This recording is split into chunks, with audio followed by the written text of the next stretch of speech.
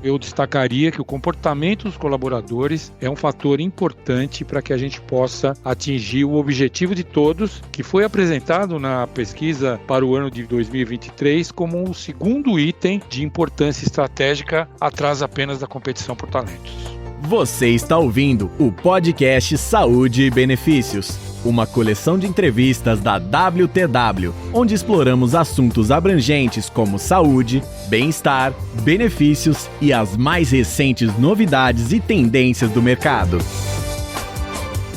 Sejam bem-vindos a mais um episódio do nosso podcast Saúde e Benefícios. Eu sou Adriana Macedo, diretora de marketing da WTW. Hoje vamos explorar sobre algumas oportunidades de melhoria para as empresas colocarem em prática quando o assunto é estratégia de benefícios. Para isso, vamos conversar com dois especialistas na área, Letícia Santos, gerente atuarial, e Francisco Bruno, diretor de consultoria de saúde e benefícios da WTW, que vão apresentar insights valiosos sobre como as empresas podem concentrar seus esforços para atrair e reter talentos e também melhorar a gestão de custos com uma estratégia de benefícios robusta. E quais são os pontos-chave que as organizações devem focar daqui para frente? Nossa conversa será embasada nos resultados da pesquisa Tendências de Benefícios 2023, conduzida pela WTW no Brasil, que contou com a participação de 326 empresas, o que representam 900 mil empregados na região. Letícia e Francisco, obrigada por estarem conosco nesse podcast. Sabemos que o mercado de trabalho está cada vez mais restrito, com um ambiente econômico desafiante para as organizações. Se por um lado as empresas devem atrair e reter talentos, oferecendo benefícios mais competitivos, por outro, há a questão da redução de custos. Quando falamos da pesquisa, quais outras descobertas-chave podemos destacar?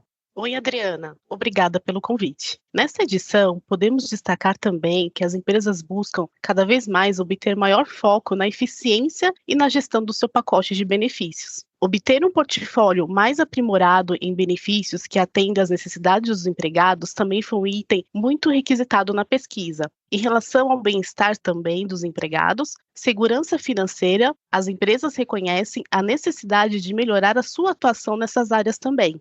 Letícia, na sua visão, quais são as principais oportunidades de melhoria que as empresas podem utilizar na sua estratégia de benefícios? Na nossa pesquisa, foi apontada uma ação prioritária para os próximos 2 anos, que é a inclusão e diversidade. São oportunidades significativas de melhoria que as empresas podem integrar em suas estratégias de benefícios. E hoje podemos indicar as principais razões para isso. Atração e retenção de talentos, ou seja, incluir culturas para reter os melhores profissionais diversos. Inovação e criatividade. Diversidade impulsiona também soluções criativas, inteligentes e inovadoras. Um outro ponto muito importante é o desempenho. Equipes diversas podem atender a melhor desempenho financeiro para a companhia, reputação da marca e conformidade legal e ética também. E Francisco, do seu ponto de vista, qual seria uma outra oportunidade de melhoria? Uma outra oportunidade que nós temos verificado é com relação à questão dos custos crescentes. O que foi observado na nossa pesquisa de 2021 para 2023, houve uma evolução desse pensamento em relação aos custos crescentes. E eu vou destacar aqui um ponto que eu acho fundamental nessa questão do controle de custos, que é engajar o colaborador na busca de uma eficiência maior dos custos a partir do seu comportamento. Então, eu destacaria que o comportamento dos colaboradores é um fator importante para que a gente possa atingir o objetivo de todos, que foi apresentado na pesquisa para o ano de 2023 como o segundo item de importância estratégica, atrás apenas da competição por talentos. Concordo contigo, Francisco. Ao influenciar o comportamento dos funcionários de maneira positiva e construtiva, as empresas podem não apenas gerenciar melhor seus custos, mas também criar uma cultura organizacional voltada para a eficiência e a responsabilidade financeira. Existem ainda outras oportunidades que são cruciais para a estratégia da empresa, como, por exemplo, a experiência do empregado. Cada vez mais, estão buscando compreender exatamente aquilo que o seu empregado necessita em relação a benefícios, promover um ambiente de trabalho mais positivo, impulsionando o sucesso da empresa. Isso pode ser alcançado não só apenas através de pesquisas de empregados, mas utilizado também para entender o individual, ou seja, fazer grupos de sessões de feedback, permitindo que os funcionários expressem suas opiniões, preocupações e sugestões de melhoria. Nesta oportunidade, a WTW possui uma área dedicada para auxiliar as empresas na identificação das áreas de melhoria, visando obter maior engajamento dos funcionários, maior retenção de talentos e melhores resultados de negócios. A pesquisa Tendências de Benefícios ocorre a cada 2 anos. Nesta última edição, se destacou como um principal fator que influencia as estratégias de benefício a competição por talentos. Francisco, como você indicaria a relação deste fator com a estratégia de benefícios? Excelente pergunta, Adriana. A gente tem estudado bastante a relação entre a estratégia de benefícios com a competição por talentos. Então, como é que isso se relaciona? É óbvio que o pacote de benefícios ele não é um fator preponderante na atração e retenção de talentos. Certamente ele não é. Nós temos outros itens que se sobrepõem ao pacote de benefícios, que são, por exemplo, desenvolvimento de carreira, que é muito visado pelos empregados quando eles pretendem se manter dentro da organização ou se sentem atraídos por ela. Então, o primeiro ponto que aparece é a possibilidade de desenvolvimento de carreira. Ambiente de trabalho é uma coisa muito importante também, sem falar das questões de remuneração, tanto a remuneração fixa como os incentivos de curto e longo prazo. Porém, os benefícios eles fazem parte integrante dessa estratégia de remuneração. Então, eles podem também contribuir num desempate, por exemplo, entre duas organizações do mesmo tamanho, da mesma importância. Se eu sou um talento a ser atraído, provavelmente o benefício pode ser um dos itens que vai fazer com que eu desempate entre um e outro. Então, dentro desse contexto da atração e retenção de talentos, a despeito de que o benefício está numa posição inferior àqueles outros itens que eu mencionei, ele tem a sua importância relativa muito intensa dentro da busca dos talentos e na retenção desses mesmos talentos. Por outro lado, Francisco, eu posso contribuir de uma forma trazendo também uma visão sobre, além de oferecer bons salários, a questão do pacote de remuneração, também a questão por busca do programa de bem-estar dos empregados, né? Então, na nossa pesquisa nessa edição, né, trouxemos um número significativo de 74% das empresas que indicaram que o bem-estar dos seus empregados é o seu principal desafio. Ou seja, as empresas priorizando a qualidade de vida dos seus funcionários podem não apenas procurar melhorar a satisfação, mas sim também aumentar a sua retenção, reduzir o estresse durante o trabalho e aumentar a produtividade geral.